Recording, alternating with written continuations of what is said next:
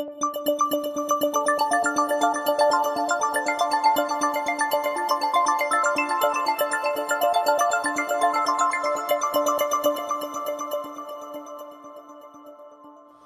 morning.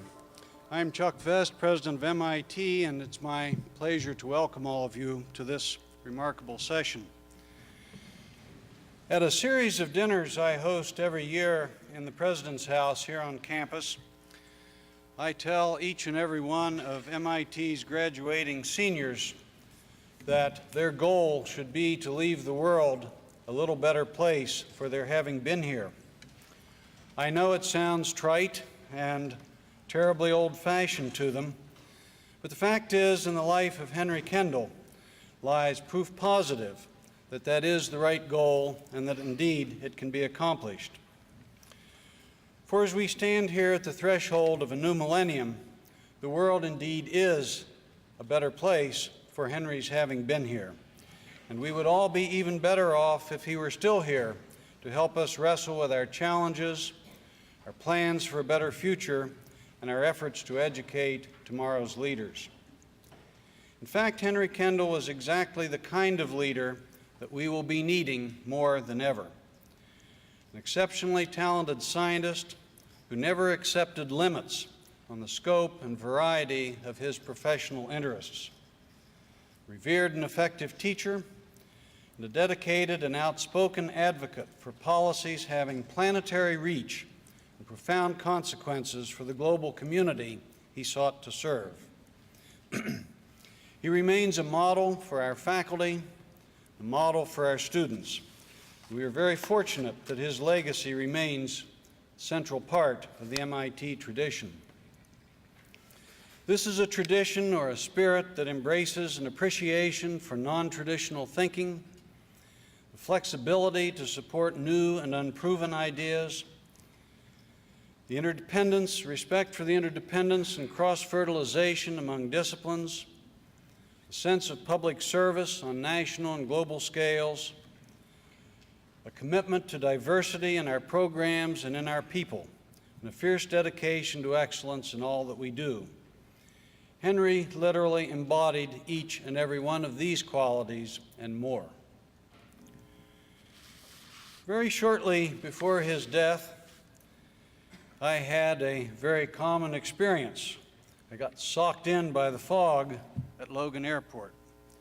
But it turned out this time it was a great good fortune, because Henry Kendall was also there, both of us missing by 2 hours our intended flight. And it was a wonderful opportunity to spend 2 hours simply talking with Henry about his exceptionally wide range of interests. And as all of you know, as true of every conversation with him, it was truly an education.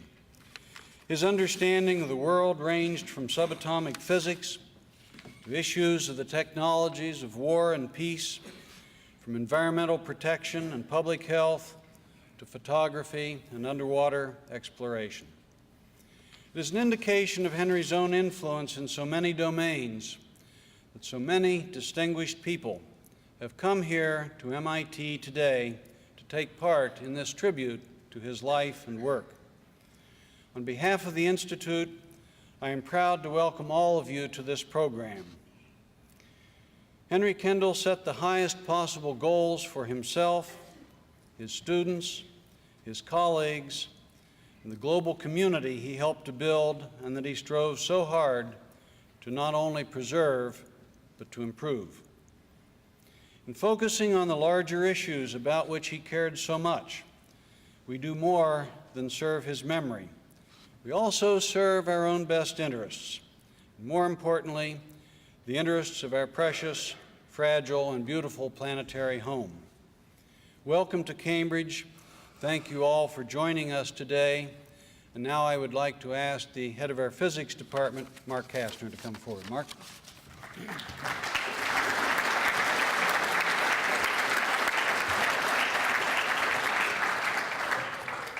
Thanks, Chuck. First of all, welcome to all of you on behalf of the physics department, in which Henry was a faculty member, and the Laboratory for Nuclear Sciences, of which he was a very proud member, in which he did his research.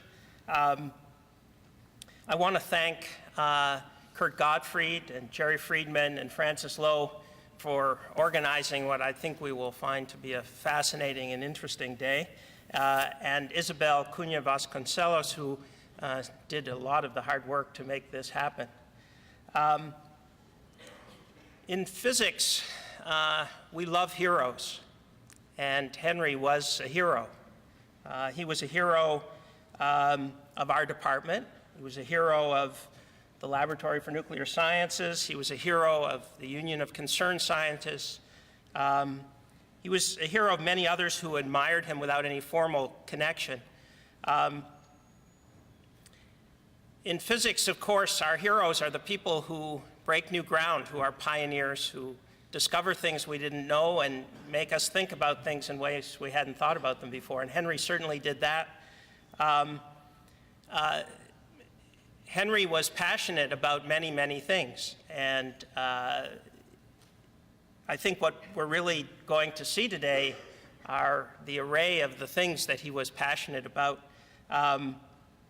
He certainly was passionate about physics, and he was passionate about issues of society. I think I'd like to say a word or two about things he was passionate about, which you may not know so much about.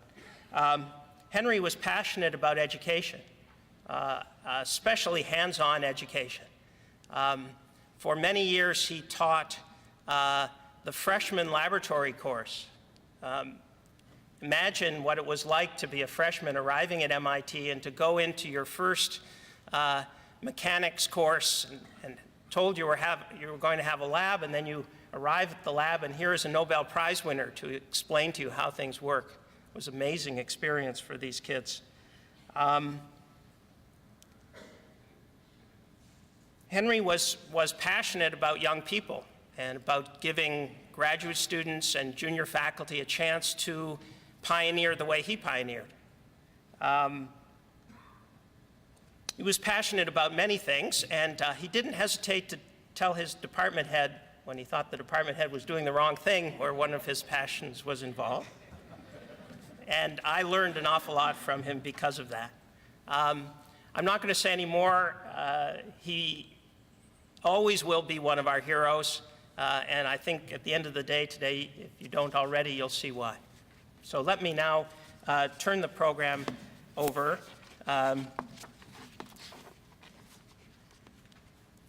to Adele Simmons, who's the Vice Chair of the Union of Concerned Scientists. Thank you.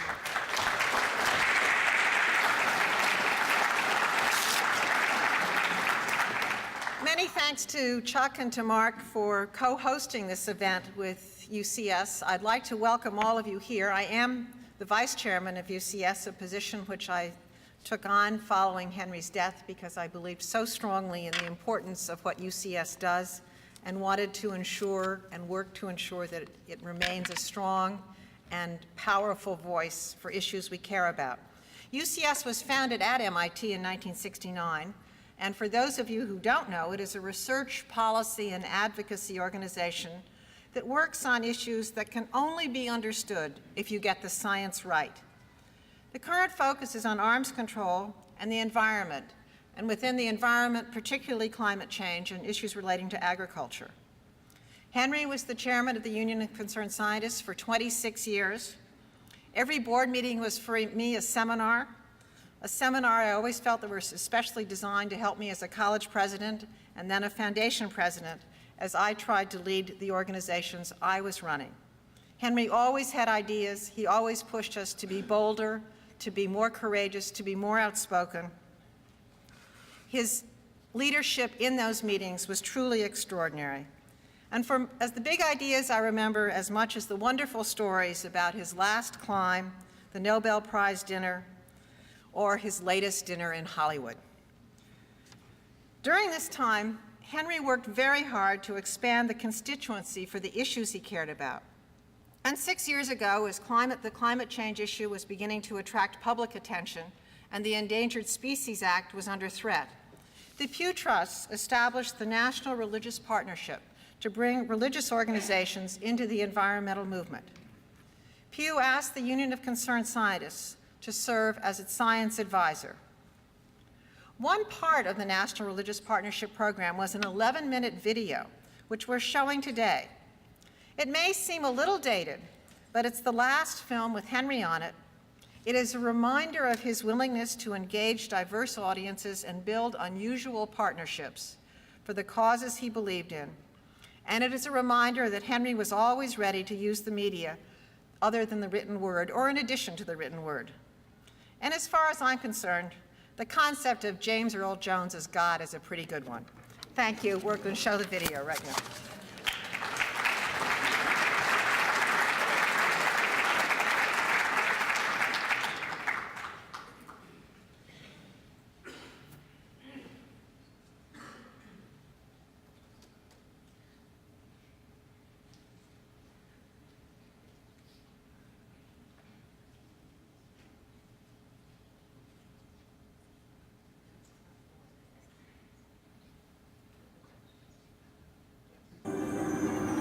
In the beginning, when God created the heavens and the earth was a formless void, and darkness covered the face of the deep.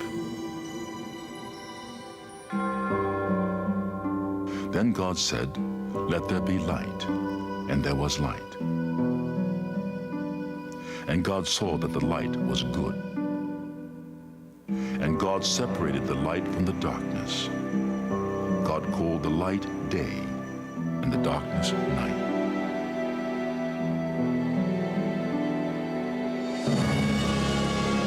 All the life that we have ever known is contained in a thin layer that wraps around the surface of the earth. Its mysteries challenge human comprehension. The search to understand them and their deepest meaning is at the heart of both science and religion. Some call this the creation. Some call this the biosphere. No matter what their perspective, all behold this vision with awe.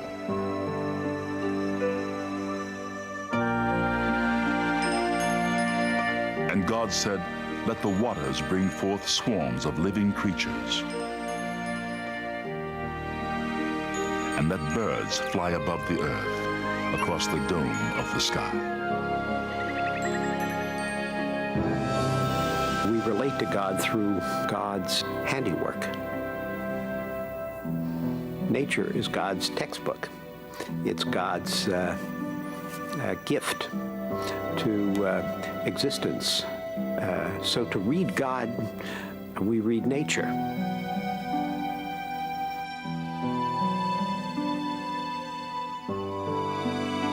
So God created the great sea monsters and every living creature that moves of every kind, and every winged bird of every kind. And God said that it was good.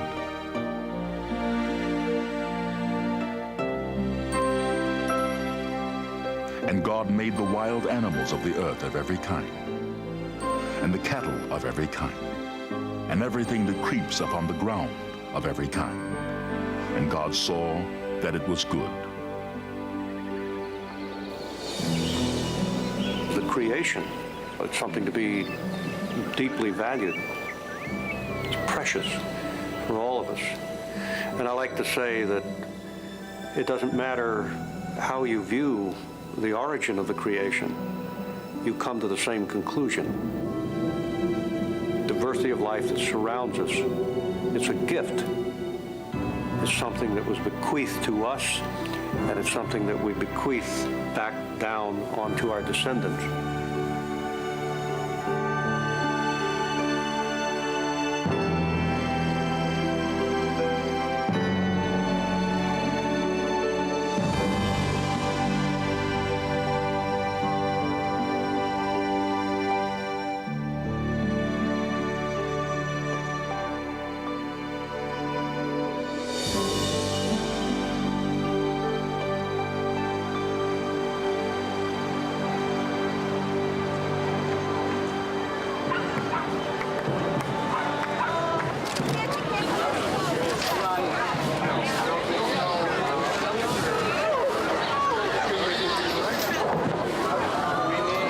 see. Let's have the possum next. Then can we have the snake? Then let's have the bush. Oh, okay.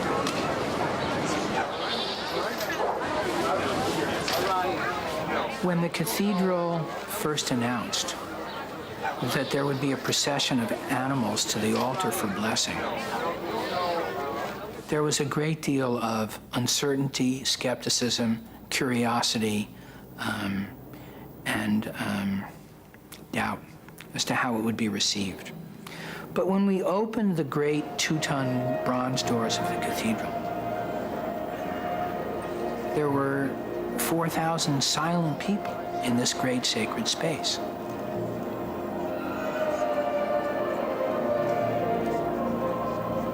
And we watched an elephant and a camel and a llama, an eagle, a hawk, a pony. And as they all moved down the nave, the length of 2 football fields, people wept.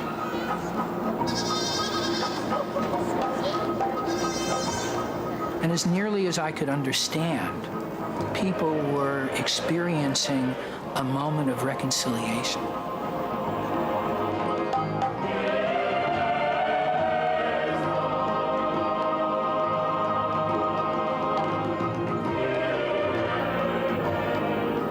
The challenge is for churches and synagogues to open their doors more fully to life itself. Invite life in, the wonder of life, the reverence of life. It doesn't have to be an elephant or a llama coming down the nave to the altar. It just can be a sense that what's out there now belongs in here, inside our congregations and inside our hearts.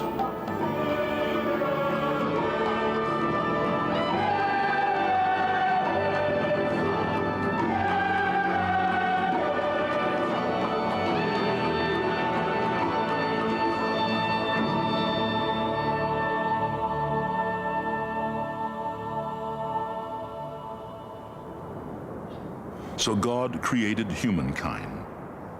Male and female, God created them. And God blessed them and said to them, "Be fruitful and multiply, and fill the earth and subdue it, and have dominion over the fish of the sea, and over the birds of the air, and over every living thing that moves upon the earth." Human beings are clearly distinct in creation, a strange combination of the dust of the earth and the breath of God. We have a God-given creativity which we can use to improve the world and improve our lives. And at the same time, that creativity, which is our godlikeness, is constantly restricted by our creatureliness, if you will. The idea that even though we're unique in creation, there are absolute limits on human behavior and our choices of how we use God's world. The human species, where do we fit in the great diversity of life that surrounds us? For thousands of years, the concept of dominion has been an important theme in religious thought. The scriptural view is dominion does not mean abusive use. It means earth keeping. It means creature keeping. If we decide to take charge, which we have as human beings on earth, then we, as good stewards of the creation, are obligated not to destroy that over which we have been given dominion. So this dominion really is service. It's the same sort of thing that's reflected in Genesis 2:15. Adam is asked to serve the garden. And the Lord God planted a garden in Eden in the east. And the Lord God took the man and put him into the Garden of Eden to serve it and to keep it. Adam is asked to serve the garden. That's a really interesting concept, because what comes out of that is that recognition that the garden, or the creation more broadly, serves us, serves all other creatures with the fruits of creation, but we also serve it. And so there's a kind of conservice, or a conservancy, or a conservation.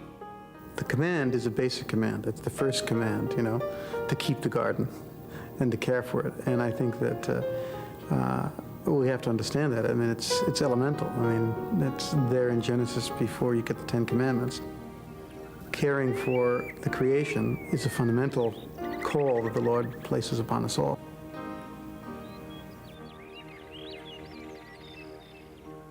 Our relationship to the earth is also a subject of profound interest to scientists. Humanity, we were created here, we evolved here. This is our home to which we are adapted in exquisite detail. That means that the levels of oxygen that we breathe, the humidity, the temperature, all things maintained in equilibrium. It's a pretty steady state by all these millions of organisms in the midst of which we live, is exactly what our bodies need. In other words, we have a superb environment, beautifully adapted to us now. We should be attempting to conserve it for our own good.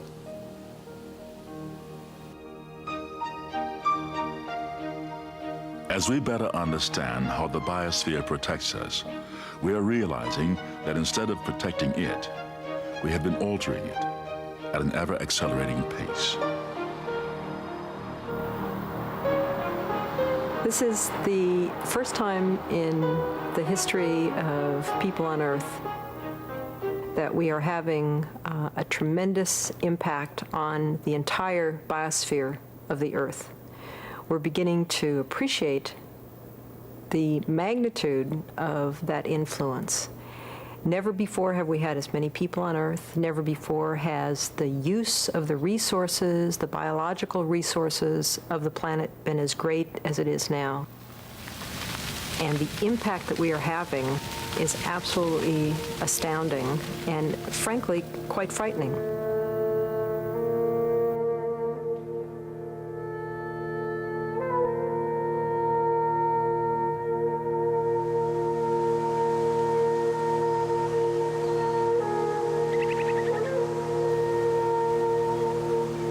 Could lose as many as 20% of the species of plants and animals on Earth, particularly on the land surface where most of the damage is occurring right now, in the next 30 years or so, if we don't take stronger measures. The only way to save the rest of life is through the preservation of natural environments, habitats, reserves.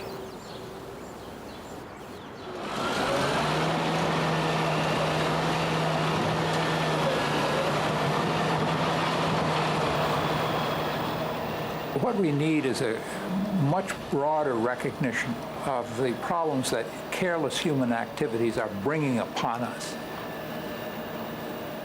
A realization that we can not be rescued by science and technology because these problems at their root are human problems and have to be dealt with as such. And it's clear to the scientific community that this is the case. Thanks to our scientific understandings, we know now what we didn't know before. We know the damage we're causing, and we know the consequences of our actions. And I think that changes the situation greatly in terms of the ethical nature of the dilemmas we're facing. We really have to save the creation, and we have to save the planet. And we can only do that if we feel that it is a unitary goal, that we all have something at stake here. I think we have to look deeper in our hearts, if you like. This is a problem of values. It's not a problem of techniques or approaches or science. It's a question of values. It's a moral and ethical challenge as to how we, this living generation, treats the environment that we so critically depend on. I think that this issue, more than any other issue, has the potential to overcome race, class, gender, whatever divisions that are, plaguing our society, that we can come together on this. I think the articulation of the environmental crisis has made me think a lot more deeply about what is the biblical vision of humanity's position in the world and in the cosmos. And I think that the biblical material has a great deal to say on this subject.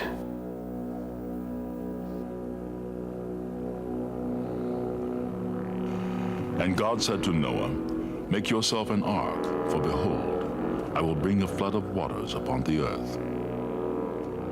You shall bring 2 of every sort into the ark, to keep them alive with you." The first Endangered Species Act is where Noah is asked by the Creator to take 2 of every kind and preserve their lineages. And it's interesting that the cost of this Endangered Species Act is immense. Noah spends perhaps something like 100 years, immense resources, very valuable wood, a great deal of time, and then perhaps the most devastating of all to most of us would be the derision that one would get if one would spend 100 years building a very large boat on absolutely dry land. But the result is that he is the one who is faithful in preserving the species, in preserving their line, and the rest of the people perish from the earth.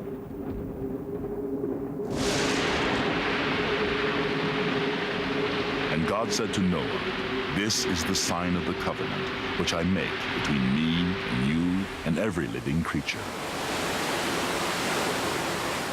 I so set my bow in the cloud, and it shall be for a sign of the covenant between me and the earth." The covenant is with all life, with every creature. And of course, what this means is that as we look at the rainbow, what we're supposed to do, according to biblical teaching, is to remember that every species, all the things that have been preserved from that deluge in the past, are worthy of our effort of preservation today. The covenant that we hold is a covenant that's a covenant with God for the whole of creation, human and non-human, and that in this present crisis, religion reminds us and holds us accountable to that kind of responsibility for all God has made.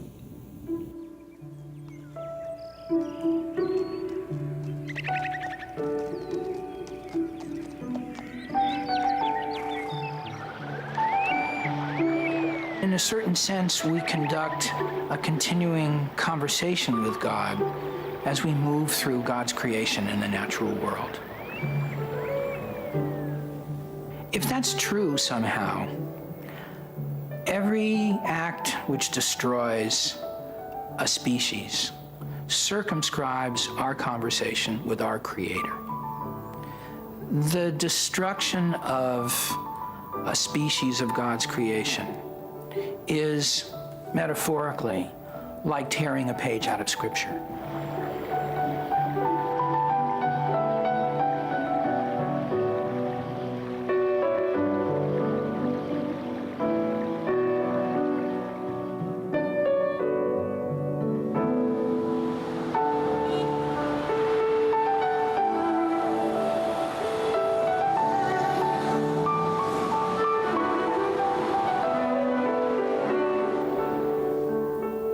When you're looking at the planet from outer space, you see lights at night.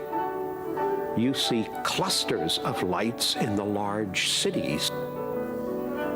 The planet isn't dark from outer space. It is dotted with lights. Well, that is the human presence. How many lights can the planet tolerate is a question that runs through my mind. If we succeed in lighting up the planet at night, will we have done good for the Earth? or will we have destroyed it?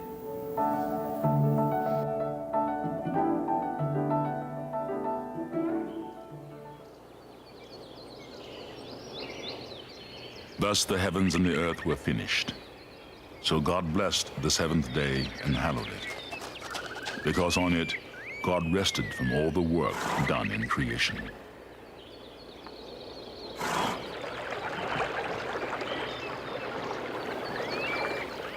You know, rather than working and changing and creating unceasingly, the Sabbath teaches us to say enough. It teaches us to stop creating and changing and doing, but to really appreciate and sanctify the world as it is.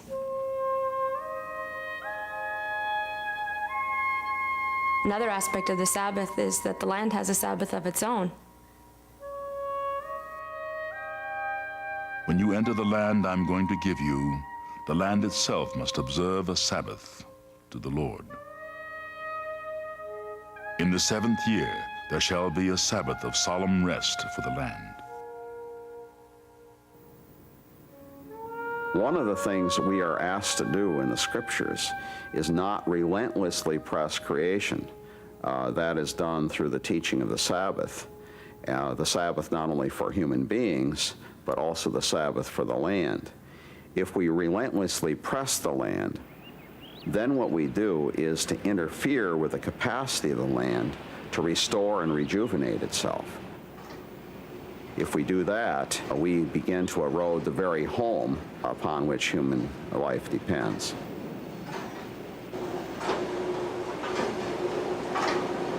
As human pressure on the natural world increases, scientists warn about the long-term effects. I think that it's very difficult to know where the limits are. Oftentimes you don't know it until it's too late. I think that we as humanity need to do something different than just say to scientists, help us understand where the limits are, which is appropriate. But I think that it's also a social issue and a social and moral question that involves how we view this world that we're using and what the limits are.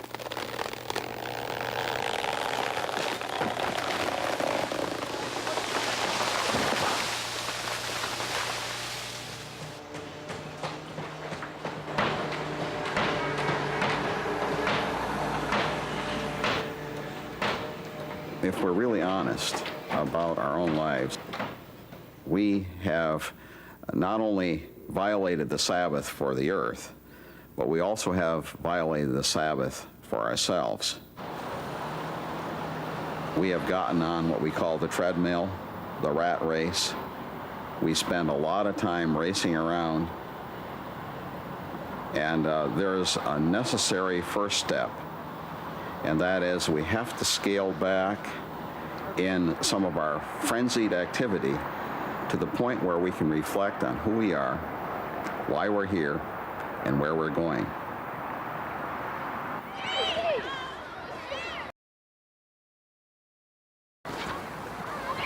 If our descendants come to realize that in a couple of generations we have destroyed a large part of the creation by carelessly extinguishing species and allowing species to grow extinct, they are going to consider us a ship of fools. They're going to consider us as being one of the most destructive generations of all time in terms of what matters the most to them.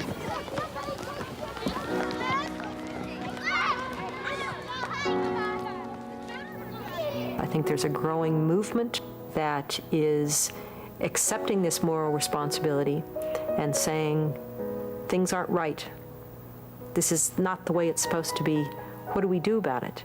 And that's where I see a partnership between science and religion serving a very powerful, very, very important role we are called to be stewards of the earth, and that is part of my faith commitment, is part of my faith journey, that this must be an important part of it, that I must take it very seriously, that as we are called to keep the garden, that we understand that, and that I pass that around, that it's not just becomes part of my faith journey, that I become a missionary for the planet. There are many levels on which these set of challenges, this great thicket of difficulties has to be met.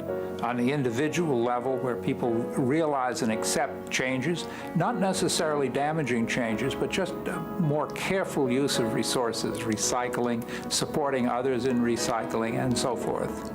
But also at a larger national, international level, there has to be support for changes in the way governments approach these problems.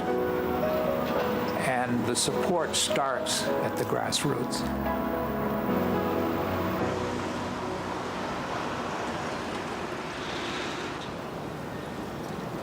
The most important thing in stewardship really is that we be able to make our institutions work to be stewards. We can't just think of ourselves in this society as just individual actors. Our action is always through institutions, and by and large is through institutions that will make a new future.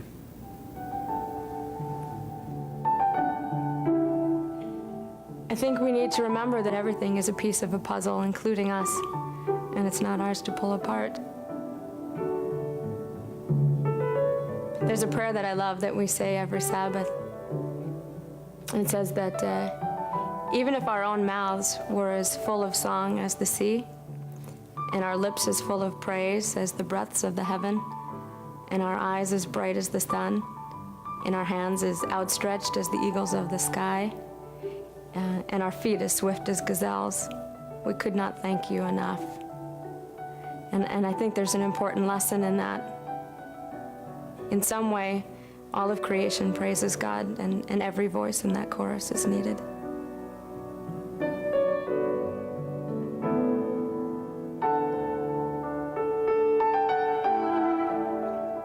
Both science and religion call upon us to keep the earth. All of our voices are needed.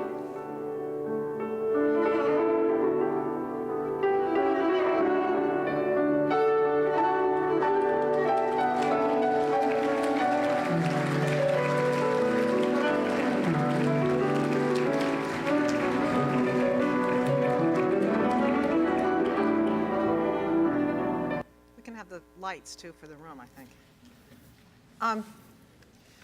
Some of you may not remember that one of the important outcomes of this partnership with the religious community was the Endangered Species Act, which was renewed shortly after the Gingrich Congress was elected. And I'm not sure how many of you remember the news clips of the demonstrators from the religious partnership outside of Congress, which was a powerful part of ensuring the renewal of the Endangered Species Act.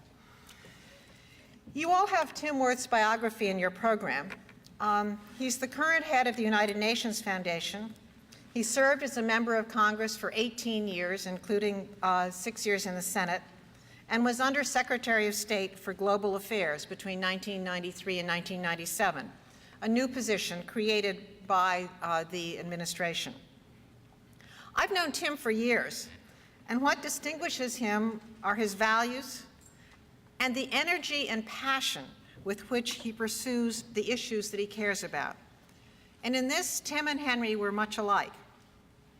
Tim cares about energy, population, climate, the environment, and he wants to get results, and he does get results. Within the US government, he shaped the United States position heading into the Cairo UN Conference on Population. There is no question, and I should say one thing, I remember going to Baltimore with him.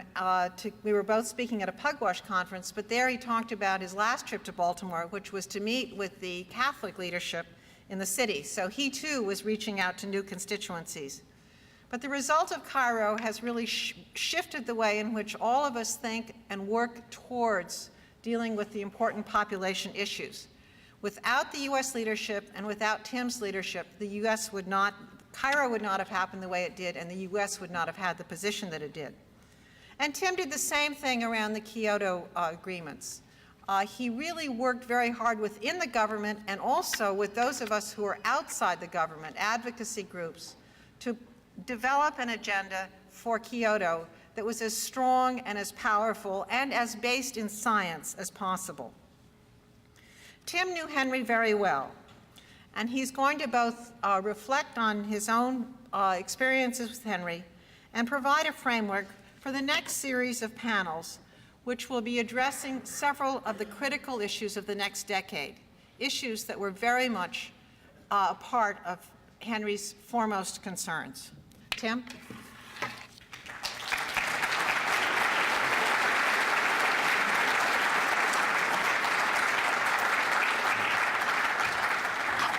Well, thank you very much, Adele. It's a great pleasure for me to be here with you this morning, even if the reason for the gathering makes this pleasure somewhat bittersweet.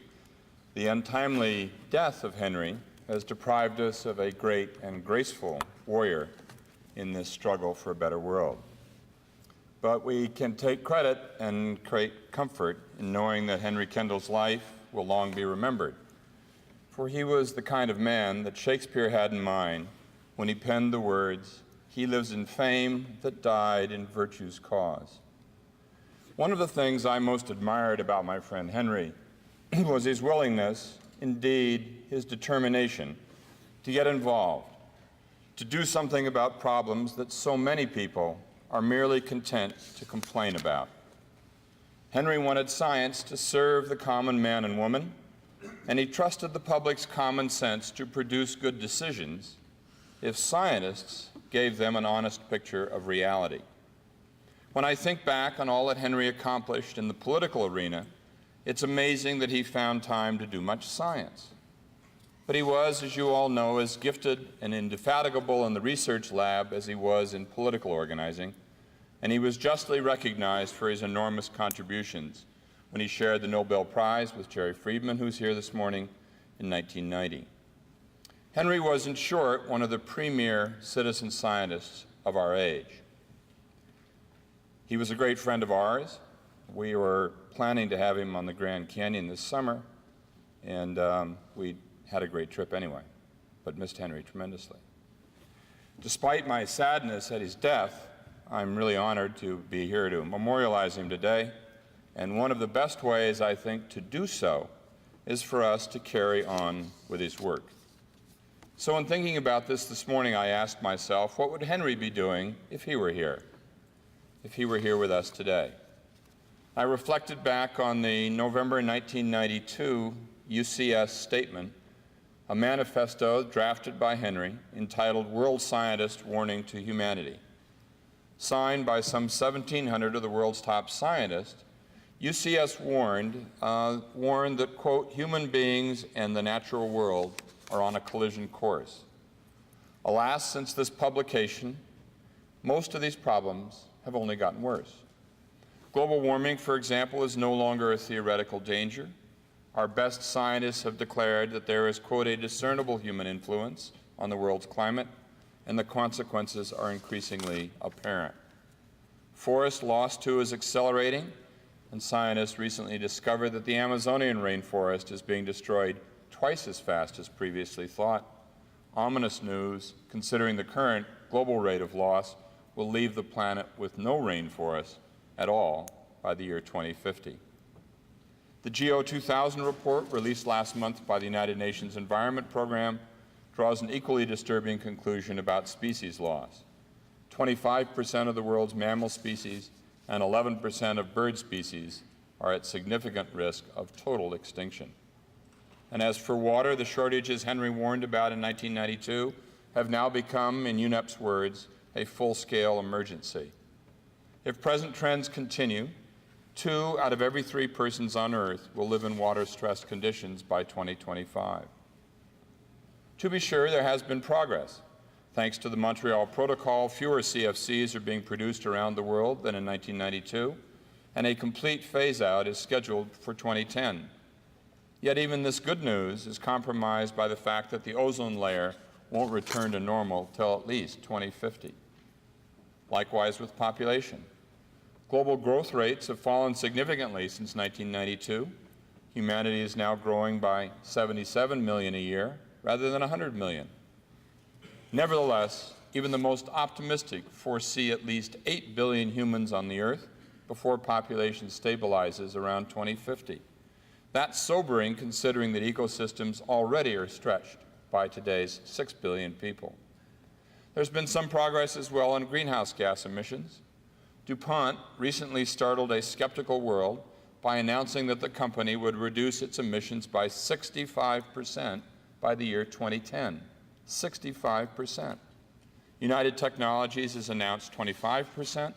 BP and Shell are each committed to 10 over a short period. But the administration and Congress continue to fiddle while the globe warms. In the face of these immense challenges, it may be tempting to throw up our hands and give up. Yet here again I think of Henry, and I can almost hear him heaping scorn on such defeatism. Did I mention that another of his signal traits was tenacity? He was, after all, a world-class mountaineer. Steep challenges didn't deter him, they only spurred him on. So succumbing to despair is not an option for us either. Instead, in my remaining time this morning, I'd like to suggest some ideas for addressing our environmental predicament and, more important, for resolving it. Guided by Henry's spirit, I specifically want to recruit all the scientists here to join this cause. For our civilization will not overcome these challenges without the active and sustained engagement of the scientific community. And that's not flattery, it's fact. And I mean the entire scientific community. The challenges embedded in the environmental crisis cut across disciplines and demand an integrated approach. We need help from physicists like Henry, but also from biologists, chemists, engineers, economists, psychologists, and anthropologists. Your fellow citizens need you to inform us with your research, inspire us with visions of a better future, and push us when we act with insufficient boldness. With your help, we may still be able to bring our collective behavior into balance with the natural systems that make our lives on Earth possible. I think that 5 central issues demand our immediate attention: weapons of mass destruction, population growth, consumption, species extinction, and our food supply in a global economy. I'll begin with nuclear weapons because they represent the greatest and perhaps most immediate threat to continued habitation of the planet. And Dick Garwin will extend this conversation with much greater expertise later in the day. I realize, of course, that humanity has made extraordinary progress against this threat in recent years, but there's a long way to go before we're out of the nuclear woods. 10,000 nuclear warheads remain in each of our arsenals, Russian and American, and many of these are still poised on hair-trigger status, which makes accidental nuclear war all the more possible. Meanwhile, Russia's economic collapse has exacerbated the problem of keeping nuclear weapons away from the Saddam Husseins of the world. There are 150 tons of plutonium lying around the former Soviet Union, often poorly guarded. In a land where organized crime makes a mockery of the rule of law, such laxness invites disaster. How to proceed? We should begin with the simplest steps. Fully fund the Expanded Threat Reduction Initiative, which pays for taking apart Russian nuclear weapons and employs Russian nuclear scientists in commercial fields so they won't go to work for Iran and Iraq. We should work to lower the risk of accidental war by insisting that Russia and the United States take their forces off launch-on-warning status and making no first strike pledges. We should begin shrinking our arsenals as close to zero as possible, and the time has come to formulate and implement a program of comprehensive nuclear disarmament, including an overhaul of today's inadequate system for keeping nuclear materials out of the hands of terrorists, rogue states, and criminal bosses. This is a complex task, complex set of tasks, and it demands, as before, the deep engagement of the scientific community. The continuing list of immediate but no less hazardous storm clouds on the horizons must next include population, which has to be at the center of our analysis and activism. Population growth, 95% of which occurs among the world's poor, is not alone the all-powerful environmental culprit that some people claim. The consumption patterns of the wealthy are more damaging. But the laws of mathematics cannot be denied. Even at low consumption levels, more people means more demand for food, water, and other resources, not to mention production of more pollution. Human ingenuity can increase the efficiency of our consumption patterns, but technical fixes can only do so much.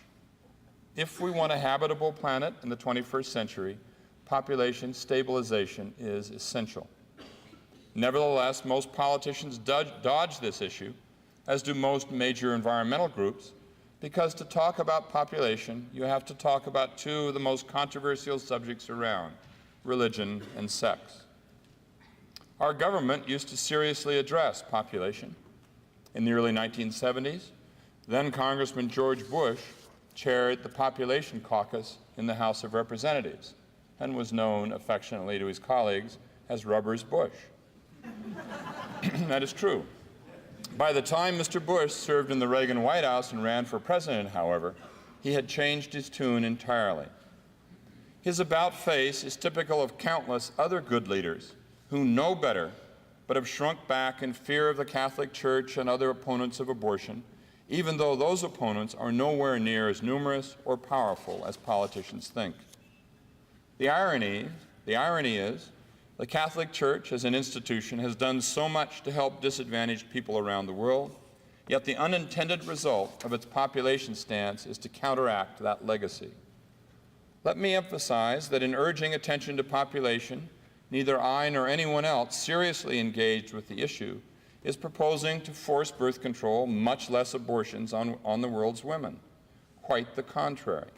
The great breakthrough of the Cairo Conference on Population, mentioned by Adele, 1994, was its recognition that women, properly empowered, can make decisions for themselves about the size of their families and the spacing of their children. And this is the surest route to lower birth rates. When the status of women is raised, by keeping girls in school, instituting legal equality, assuring women access to family planning and reproductive health care, the effects are unmistakable. Fertility rates fall, so do child mortality rates, because fewer pregnancies mean healthier pregnancies and healthier children. And the economic benefits are pervasive. The result is to help break the vicious cycle by which poverty encourages the high birth rates that keep people poor. To get population back on policy, back on track, we need to reopen the public conversation on this issue and make our case with clarity and compassion. A sensible approach to family planning is both environmentally essential and crucial to fighting poverty the world over. This public outreach is another area where we need the scientific community's help. Of course, calling for population stabilization can only be politically credible if reducing consumption receives equal emphasis. My third point.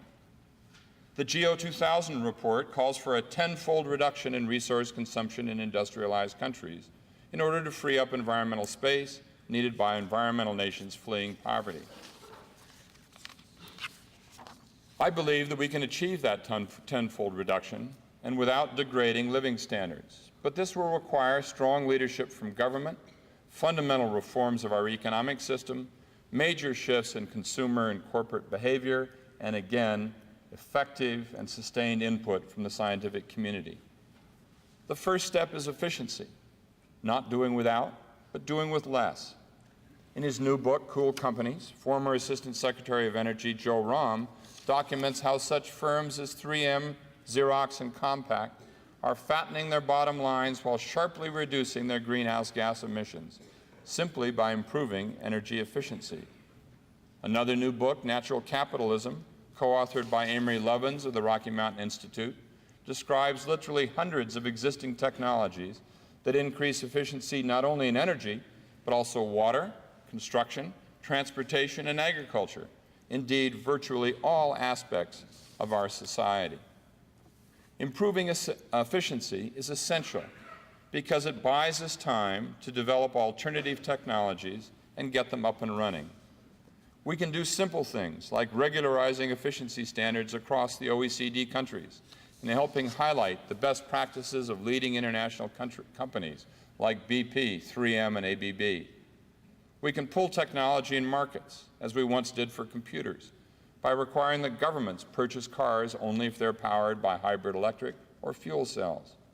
We can help close the cost gap between renewable and coal-fired power by concerted and consistent national policies. And the list goes on. Other opportunities will certainly be found in the unfolding deregulation of the electricity business, from encouraging consumer choice in the source of energy to allowing the demobilization of cost-ineffective and environmentally destructive plants. This efficiency strategy is not new, it just hasn't been tried. Nor would it be costly to the taxpayer, because we can spend existing budgets more wisely. The United States government devotes about $30 billion a year to subsidizing fossil fuels and nuclear power, but less than $1 billion on efficiency, solar, and renewables. That ratio can change. Another promising mechanism is the environmental tax shift, whereby government raises taxes on what it wants to discourage, pollution and resource degradation, while lowering taxes on what we want more of, jobs and investment. Your colleague at Harvard, Professor Dale Jorgensen, former chair of the economics department and a professed conservative, has done path-breaking and breathtaking work that shows how such a tax shift is revenue neutral, sharply lowers pollution, and has marked economic benefits. To borrow business tech terminology, the economy is a wholly owned subsidiary of the environment. If our economic accounting systems were environmentally honest, our society would now be perilously close to Chapter 11 bankruptcy. Today, the market prices clean air, fresh water, and other ecosystem services at or close to zero, so people waste them. But if prices reflected true environmental costs, the market could become a major force for reform. We need help from economists and other social scientists in recognizing these basic facts and adjusting our behavior accordingly. But as important as economics are, if we forget the basic biology of all of this, we're lost. Which brings me to a word I'm only going to use once this morning: biodiversity. Probably everyone in this room knows what this term means, but I assure you that the general public does not. So my plea here is simple. Would you please come up with a new, layperson-friendly term for what may be the single most immediate environmental threat facing us? The public responds instantly when environmentalists highlight the threat to warm and fuzzy creatures like panda bears and sea otters, but people also need to understand why it matters profoundly if the lowly dung beetle and earthworm disappear. As it happens, this problem was one of Henry Kendall's main preoccupations the final year of his life. He was working with biologists on how better to communicate to the public their grave concern about the global epidemic of species extinctions. And I can think of no better way to honor Henry's memory than to solve this puzzle. Let me now turn to my fifth point: food and globalization. How will humanity feed itself in the 21st century? Population momentum will give us at least 8 billion people to feed, and if living standards keep rising, those people will be consuming more food per capita than humanity does today. But the basic inputs of our food system are already under enormous stress. Arable land is disappearing at frightening rates. Soil is eroding about 30 times faster than it's being created, and we're short of water, while the global nitrogen imbalance limits future fertilizer use. Yet here again, there is ample scope for efficiency improvements. Drip irrigation, no-till cultivation, and integrated pest management are all known, tested, but inadequately deployed tools for much more efficient agriculture. Many scientists also advocate another approach to feeding the world in the 21st century: increased reliance on genetically modified organisms that resist droughts and pests and can raise crop yields. Who can doubt that the potential of biotechnology is great? The risks, however, are also significant. For example, this summer, when it was widely reported that corn, genetically modified to resist the corn borer, ended up killing monarch butterflies as well, the public reacted rapidly and alarm bells went off. Now, maybe that was just bad luck, but biotechnology's ability to subvert ecosystems with unintended effects like superweeds and new viruses is so powerful that we as a society should pursue this technology with only the utmost deliberation.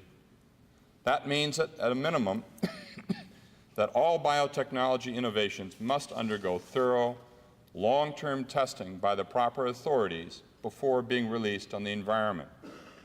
It also means that we must design a better public information system so that consumers know about and have faith in what they are ingesting.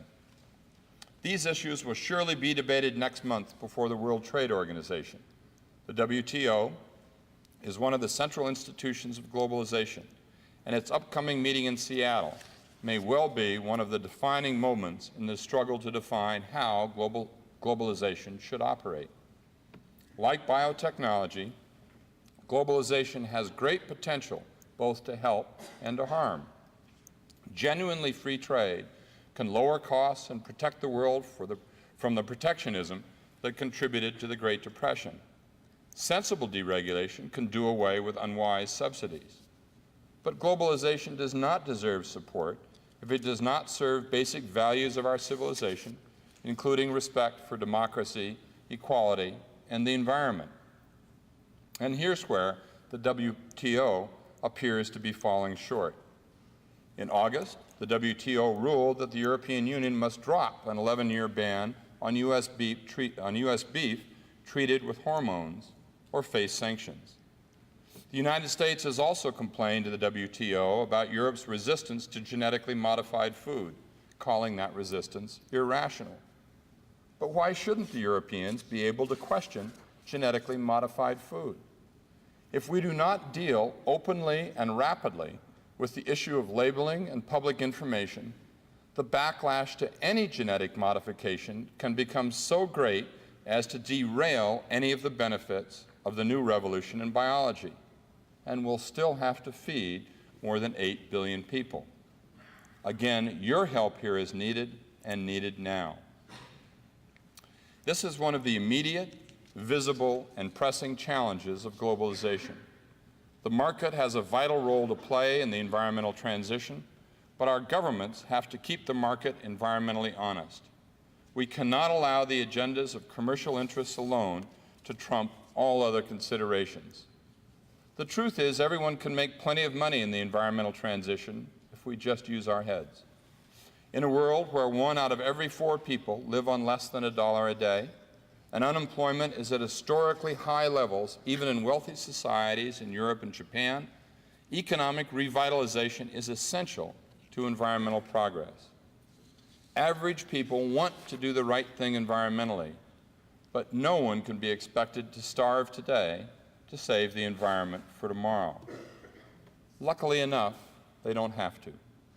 Earth Odyssey, a new book by journalist Mark Hertsgaard, draws on interviews with top government and environment officials around the world to explain how we could actually turn a profit by making peace with the planet.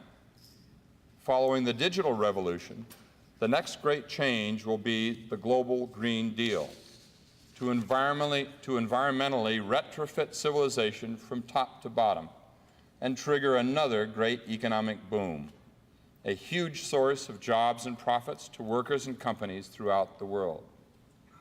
The profit is limitless, says one Japanese official, because the market's limitless. After all, we're talking here about remaking everything from our farms to our factories, our schools, houses, offices, and everything inside them. The money this could make would give a whole new meaning to the phrase, going green. The opportunity, like the challenge, is immense. The question facing us is straightforward enough. Will we act quickly and decisively enough to earn ourselves a longer stay on this beautiful and bountiful planet? To quote Shakespeare again, delays have dangerous ends. But as I recall, our friend Henry Kendall had no patience for delays. So why should we? Thank you very much.